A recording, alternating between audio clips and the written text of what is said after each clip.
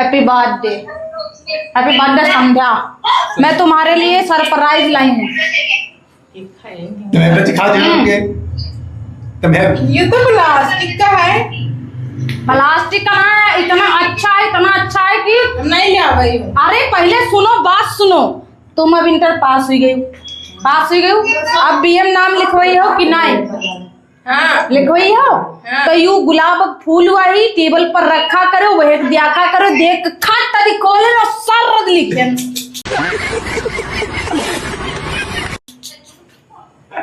बासी इतना अच्छा सोचे तुमका प्लान, मतलब टेबल पर रख दो तो शोभा।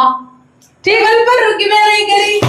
डब्बा होते हैं, डब्बा उनमें रखियो, फिर लिखे लागो टेबल पर रख के। और मान लो कल तुम्हारी नौकरी लाग गए हमरे पेन की वजह से, तो सीधा साइन ही करा करो, कहो वाह दीदी।